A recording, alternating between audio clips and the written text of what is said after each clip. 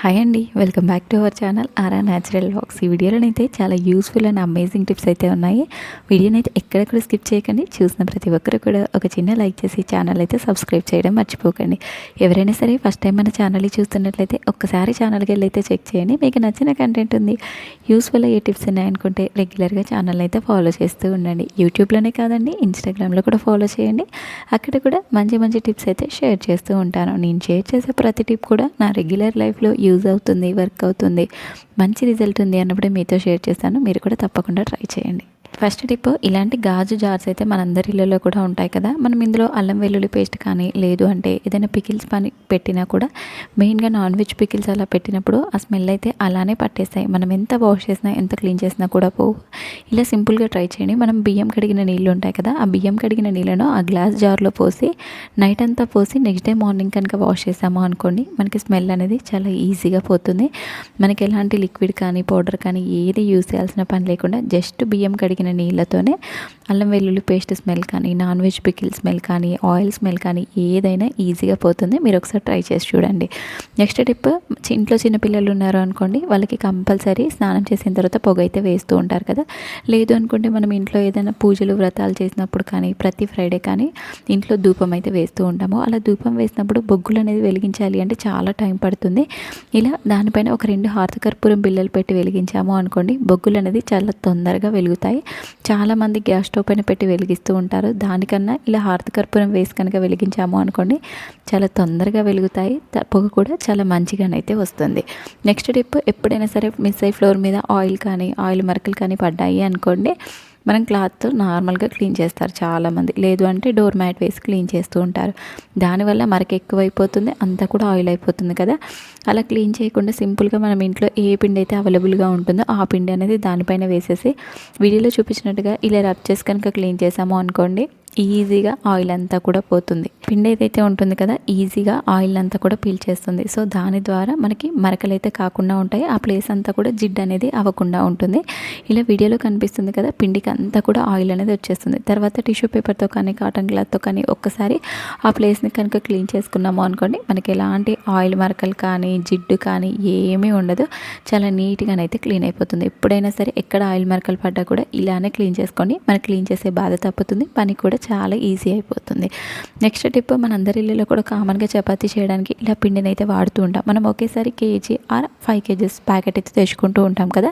ఇలా తెచ్చుకున్నప్పుడు గాలి తగలడం వల్ల అది తొందరగా పురుగు అనేది పట్టేస్తూ ఉంటుంది. అలా పురుగు పట్టకుండా ఉండాలి అంటే మనం ప్యాకెట్ ఓపెన్ చేసిన తర్వాత డబ్బాలో పెట్టుకోవాలి. ఒకవేళ డబ్బా లేకపోతే ఇందులో ఒక 2-3 బిర్యానీ ఆకులు వేసి మనకి గాలి తగలకుండా రబ్బర్ బ్యాండ్ వేసి కనుక పెట్టుకున్నాము అనుకోండి, మనకి ఎన్ని డేస్ అయినా సరే పురుగు అయితే పట్టకుండా ఫ్రెష్గానైతే ఉంటుంది. ఓన్లీ గోధుమ పిండినే కాదు, మనం ఇంట్లో యూస్ చేసే ఏ రకమైన పిండిలోనైనా సరే ఇలా బిర్యానీ ఆకు వేసి కనుక పెట్టాము అనుకోండి, ఆ బిర్యానీ ఆకు స్మెల్ ఘాటుగా ఉంటుంది కాబట్టి ఆ ఘాట్ స్మెల్కి మనకి పురుగు అయితే పట్టకుండా ఉంటుంది. మనకి ఎన్ని రోజులు ఉన్నా సరే ఫ్రెష్గా ఉంటుంది. చాలామంది ఫ్రిడ్జ్లోనైతే పెడుతూ ఉంటారు.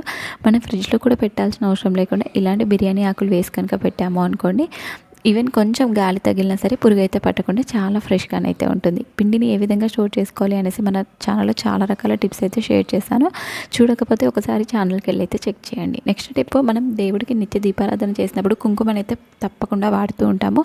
ఇలా కుంకుమని మనం ఎక్కువ క్వాంటిటీ తెచ్చుకున్నాము అనుకోండి, అది తొందరగా పురుగు అనేది వచ్చేస్తుంది. అలా పురుగు పట్టకుండా ఉండాలి అంటే ఇలా ఒక 2-3 హారతకర్పూరం బిళ్ళలు వేసి కనుక మూత పెట్టాము అనుకోండి, మనకి ఎన్ని డేస్ ఉన్నా సరే పురుగు అయితే పట్టకుండా చాలా ఫ్రెష్గానైతే ఉంటుంది. ఈవెన్ మనం పెట్టుకున్నప్పుడు కూడా రాలిపోకుండా మంచిగానైతే ఉంటుంది.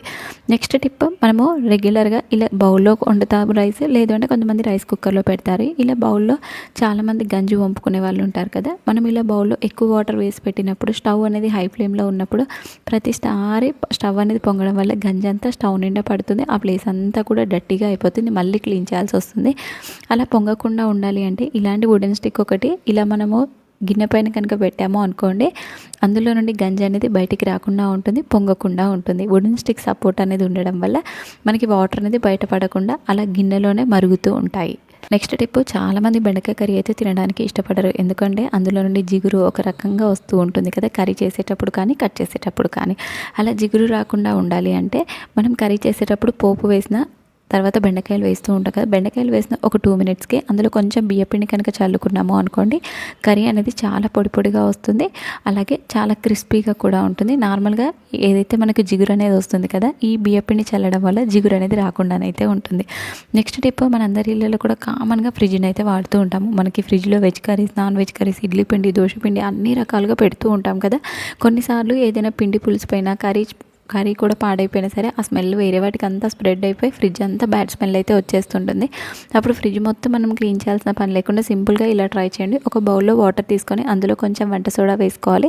తర్వాత ఒక న్యూస్ పేపర్ని అందులో ఉంచి అది మొత్తం తడిచేలాగా చూసుకొని ఒక 2 మినిట్స్ ఆ వాటర్లోనే ఉంచాలి. ఒక 2 మినిట్స్ తర్వాత ఆ వాటర్లో నుండి తీసేసి ఆ న్యూస్ పేపర్ని బౌల్లో పెట్టేసి ఫ్రిడ్జ్లో కనుక పెట్టి నైట్ మొత్తం ఉంచి నెక్స్ట్ డే మార్నింగ్ కనుక రిమూవ్ చేసేసాము అనుకోండి, ఆ బ్యాడ్ స్మెల్ అంతా కూడా ఈ న్యూస్ పేపర్ అనేది పీల్చేస్తుంది. సో దాని ద్వారా మనం ఏంటంటే ఫ్రిడ్జ్ మొత్తం క్లీన్ చేయాల్సిన పని లేకుండా జస్ట్ ఈ న్యూస్ పేపర్ పెట్టి రిమూవ్ చేసాము అనుకోండి, ఆ బ్యాడ్ స్మెల్ అంతా కూడా అబ్జర్వ్ చేసేస్తుంది. కాబట్టి మనం ప్రతిసారి ఫ్రిడ్జ్లో ఉన్న బయటి వస్తువులన్నీ తీసి బయట పెట్టి మళ్ళీ క్లీన్ చేయాల్సిన పని లేకుండా ఈ సింపుల్ టిప్ అయితే ట్రై చేయండి, చాలా బాగా వర్క్ అవుతుంది. ఒకవేళ న్యూస్ పేపర్ వద్దు అనుకునే వాళ్ళు ఒక నిమ్మ చెక్క తీసుకొని దానిపైన కొంచెం వంట సోడా వేసి పెట్టినా సరే అది నిమ్మల చెక్క కూడా ఆ స్మెల్ అంతా కూడా పీల్చేస్తుంది. ఫ్రిడ్జ్ని ఎలా క్లీన్ చేయాలి, ఎలా మెయింటైన్ చేయాలి అనేసి మన ఛానల్లో చాలా రకాల టిప్స్ అయితే షేర్ చేశాను. అలాగే రబ్బర్ ఎలా క్లీన్ చేసుకోవాలి, ఫ్రిడ్జ్ని ఏ లిక్విడ్తో క్లీన్ చేయాలి, మనం ఇంట్లోనే ఎలా లిక్విడ్ అనేది ప్రిపేర్ చేసుకోవాలి అనేసి కూడా మన ఛానల్లో ఉంది, ఒకసారి అయితే చెక్ చేయండి. నెక్స్ట్ టిప్, మనం ప్రతి కర్రీలో కూడా కామన్గా ఇలా పొడిని అయితే వేస్తూ ఉంటాం, ధనియాల పొడి. మనం ధనియాల పొడి డబ్బాలో వేసి స్టోర్ చేసినప్పుడు ప్రతిరోజు తీయడం పెట్టడం వల్ల అది పురుగు అనేది పట్టేస్తుంది. అంటే కొంచెం గాలి తగిలినా సరే ధనియాల పొడి పురుగు అనేది పట్టేస్తుంది కదా. అలా పురుగు పట్టకుండా ఉండాలి అంటే అందులో కొంచెం సాల్ట్ అనేది వేసి మిక్స్ చేసి మనం డబ్బాలో వేసి కనుక పెట్టుకున్నాము అనుకోండి, పురుగు అనేది పట్టకుండా ఉంటుంది. నెక్స్ట్ మనం ఎప్పుడైనా కర్రీస్లో కనుక వేసేటప్పుడు ఇందులో ఆల్రెడీ సాల్ట్ అనేది వేసాం కాబట్టి సాల్ట్ అనేది అడ్జస్ట్ చేసి కనుక పెట్టుకున్నాము అనుకోండి, మనకి పురుగు అనేది పట్టకుండా మంచిగానైతే ఉంటుంది. ఇలా చేయడం వల్ల మనకి ధనియాల పొడి ఏదైతే ఉంటుంది కదా 2-3 మంత్స్ ఉన్నా సరే పురుగు పట్టకుండా చాలా ఫ్రెష్గానైతే ఉంటుంది. మెయిన్గా మసాలాలు వీటికైతే తొందరగా పురుగు అనేది వచ్చేస్తూ ఉంటాయి కదా. ఈ టిప్ కనుక ట్రై చేశారు అనుకోండి, మనకి మసాలాలు కానీ ధనియాల పొడి కానీ ఎలాంటిది పురుగు అయితే పట్టకుండా ఉంటుంది. నెక్స్ట్ టిప్, మనం ఏదైనా పచ్చళ్ళకి కానీ పప్పు కానీ చేసినప్పుడు కంపల్సరీ పోపు కోసం అయితే ఇలా వెల్లుల్లిని అయితే వాడుతూ ఉంటాము. మనం వెల్లుల్లి ఎప్పుడు తెచ్చుకున్నా మినిమం 1/2 కేజీ 1/2 కేజీ, అల్లం పేస్ట్ చేయాలంటే మినిమం 1/2 కేజీని అయితే తెచ్చుకుంటూ ఉంటాం కదా. కొన్నిసార్లు ఇలా డైరెక్ట్గా స్టోర్ చేసాము అనుకోండి, అది నల్లపడిపోయే బ్యాక్టీరియా ఫంగస్ అంతా కూడా ఫామ్ అయిపోయి తొందరగా కుళ్ళిపోతూ ఉంటాయి. అలా కుళ్ళిపోకుండా ఉండాలి అంటే ఇలా కొంచెం పెద్ద సైజ్ బాక్స్నే తీసుకోవాలి.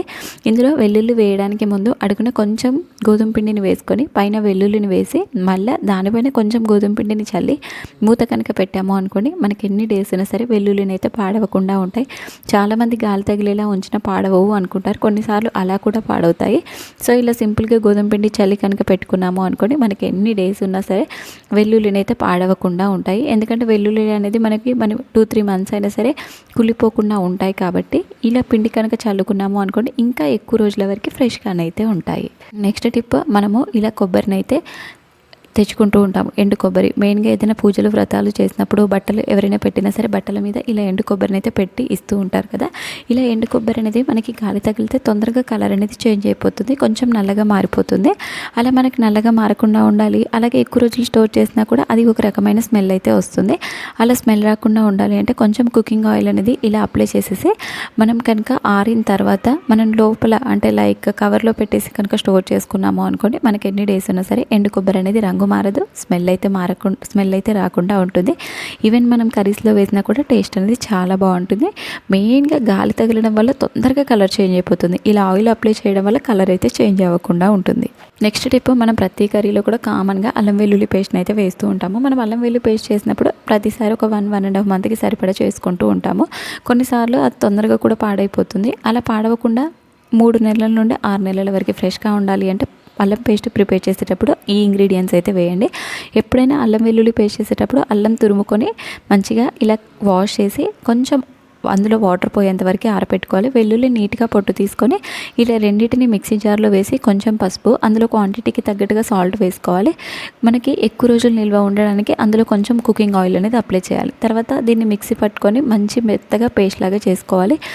తర్వాత దీన్ని బాక్స్లో వేసేసి స్టోర్ చేసి మనం ఫ్రిడ్జ్లో కనుక పెట్టాము అనుకోండి, మనకి 3 నుండి 6 నెలల వరకు మనకి ఎలాంటి స్మెల్ అయితే రాదు, ఘాట్ అనేది పోకుండా ఉంటుంది. మనం అప్పుడు పేస్ట్ చేసినప్పుడు ఎంతైతే ఘాటు ఉంటుందో ఇలా మనం అన్నీ వేస్ట్ చేయడం వల్ల అంతే ఘాటు ఉంటుంది. మినిమం 6 మంత్స్ వరకు అయితే ఫ్రెష్గా ఉంటుంది. చాలామంది ఒకేసారి ఎక్కువ క్వాంటిటీ చేసి పెట్టుకుంటూ ఉంటారు, మళ్ళీ మళ్ళీ చేయడం ఎందుకనేసి. మెయిన్గా నాన్ వెజ్ కర్రీ చేసినప్పుడు స్మెల్ బాగుంటేనే కర్రీస్ అనేది టేస్ట్ బాగుంటాయి కదా. సో ఇలా కనుక చేసి పెట్టుకొని మీరు నాన్ వెజ్ కర్రీస్లో యూస్ చేసినా సరే టేస్ట్ అయితే చాలా బాగుంటాయి. నెక్స్ట్ టిప్, మనం ఇంట్లో రాగి ఇత్తడి వస్తువులు ఉంటాయి కదా, మనం ఎంత మంచిగా క్లీన్ చేసినా 1 వీక్ ఆర్ 10 డేస్కే కలర్ చేంజ్ అయిపోయి మొత్తం నల్లబడిపోతూ ఉంటాయి. మనకు అలా నల్లబడకుండా కలర్ చేంజ్ అవ్వకుండా ఉండాలి అంటే ఇలా సింపుల్గా క్లీన్ చేసుకోండి.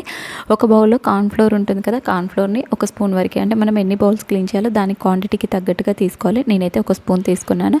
అలాగే అందులోనే కొంచెం పసుపు, అలాగే కొంచెం సాల్ట్, కొంచెం నిమ్మరసం వేసి వీటన్నిటిని మంచిగా పేస్ట్ లాగానైతే మిక్స్ చేసుకోవాలి.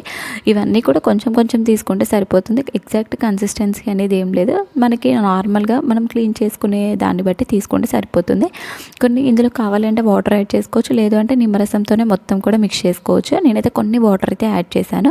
తర్వాత దీన్ని ప్లేట్ పైన, ఇప్పుడు నేనైతే రాగి ఇత్తడి ప్లేట్ అయితే చూపిస్తున్నాను కదా, దానిపైన అప్లై చేసి ఒక 5 మినిట్స్ అయితే అలానే వదిలేసాను.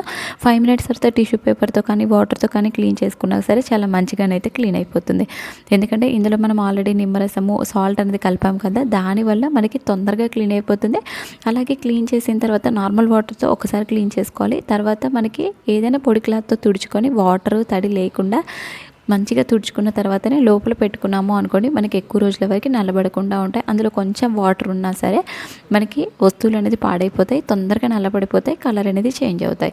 సో అందుకనేసి ఎప్పుడైనా తడి లేకుండా నీట్గా తుడుచుకున్న తర్వాతనే స్టోర్ చేసుకోవాలి. ఇలా 5 మినిట్స్ తర్వాత కనుక క్లీన్ చేసుకున్నాం అనుకోండి, మీకే డిఫరెన్స్ అనేది అర్థమైపోతుంది కదా, చాలా మంచిగానైతే క్లీన్ అయిపోతుంది. మనకి ఎంత రాగి ఇత్తడి వస్తువులు, పెద్ద పెద్ద బిందెలు ఎలాంటివైనా సరే ఇలా సింపుల్గా క్లీన్ చేసుకోవచ్చు. ఐ హోప్ మీకు టిప్స్ అన్నీ కూడా నచ్చాయని అనుకుంటున్నాను. మీకు ఏ టిప్ నచ్చిందో కామెంట్ చేయండి. మీకు ఫర్దర్గా ఎలాంటి టిప్స్ కావాలో కామెంట్ చేయండి. నెక్స్ట్ వీడియోస్లోనైతే తప్పకుండా చేయడానికైతే ట్రై చేస్తాను. చూసిన ప్రతి ఒక్కరు కూడా లైక్ చేసి సబ్స్క్రైబ్ చేసి సపోర్ట్ చేయండి.